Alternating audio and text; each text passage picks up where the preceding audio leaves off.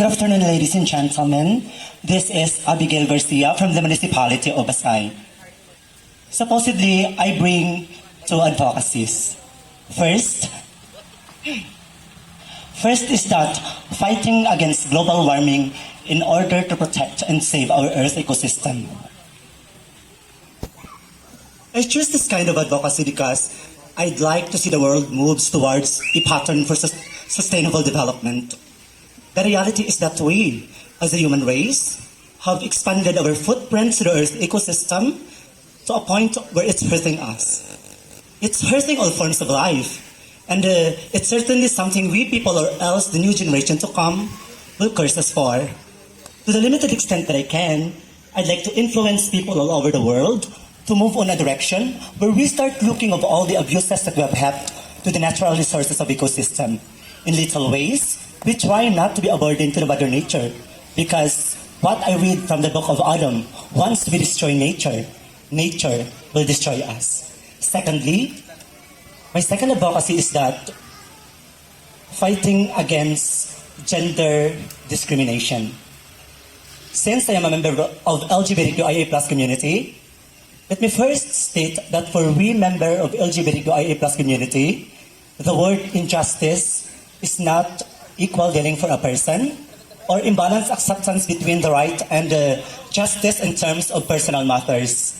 Yes, we always encountered the greatest injustice in our life, which is people discriminate or criticize us with regards to our gender. In the reason that me, since I was a child, I was experiencing moral and emotional criticism that turns me out to believe that I am a loser. But of course, somehow, I always look to the positive way of life. That is why I am not affected of the bad criticism people always shown at me. And still, I am hoping that people will accept me for what I am and who I am, believing that people will simply give us justice to live in. And in the end, only smile and mutual dealing is the only way for me to say that I'm accepted by this orderly society. Thank you so much.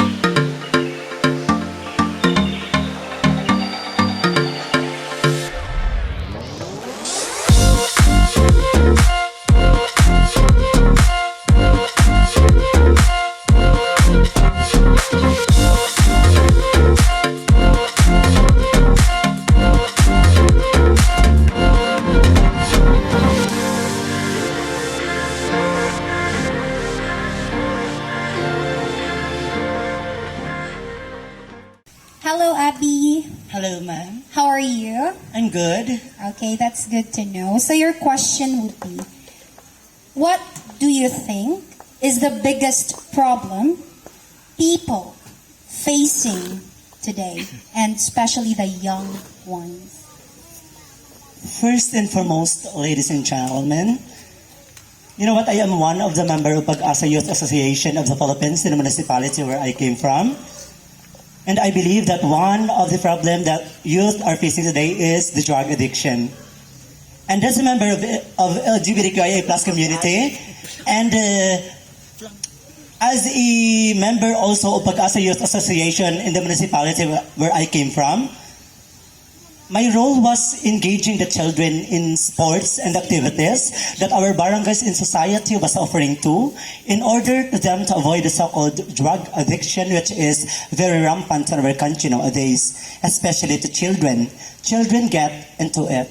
I know that children are the hope of our future, and I do believe that children need education, not hard work and exploitation.